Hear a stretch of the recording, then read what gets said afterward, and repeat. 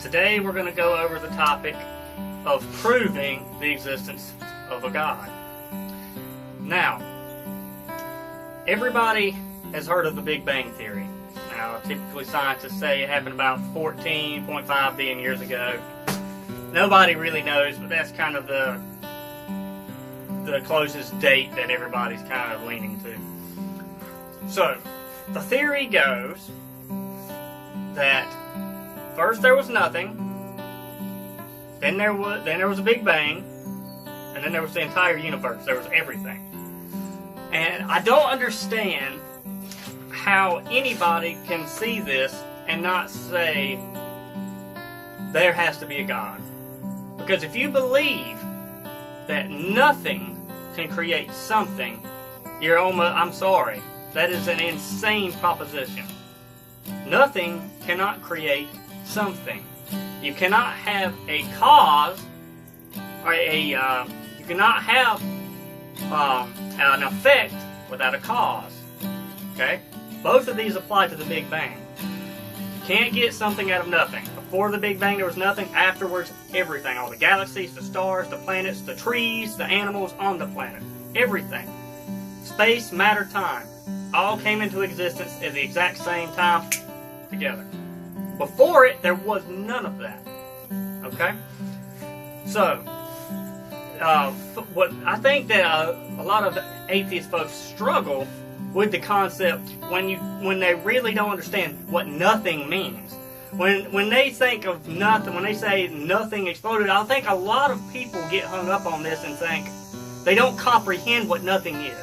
They think, well, it has to be, they still think there must have been something that cranked it out.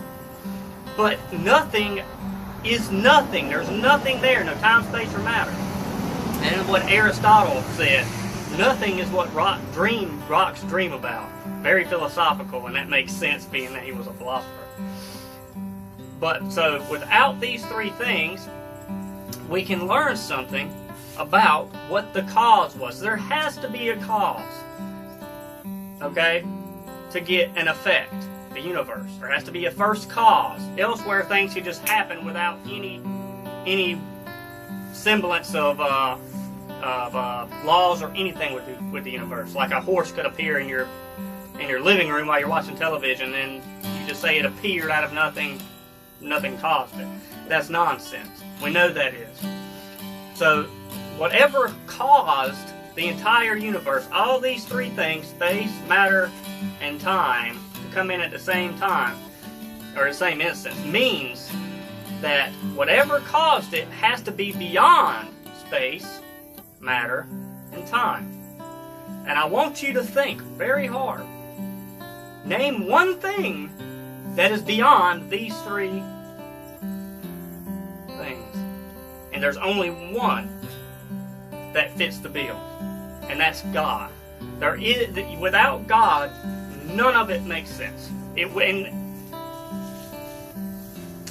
violates every law we know today to get something out of nothing without there being a first cause. And it has to be God.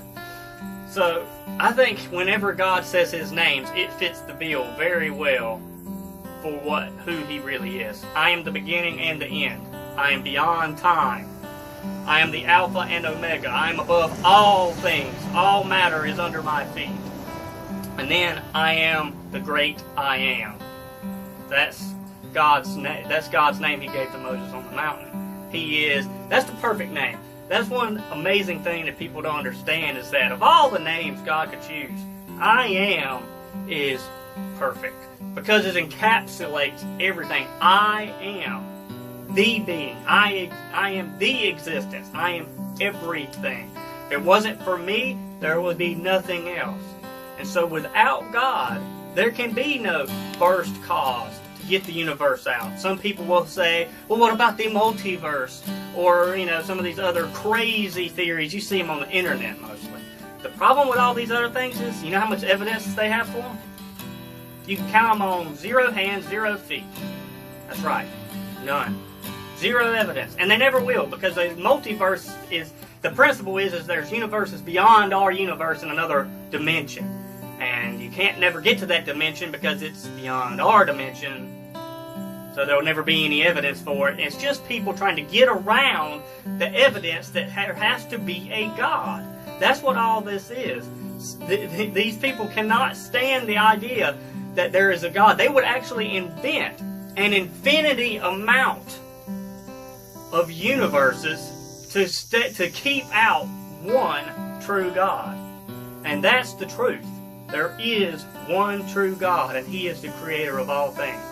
And this is just one piece of evidence.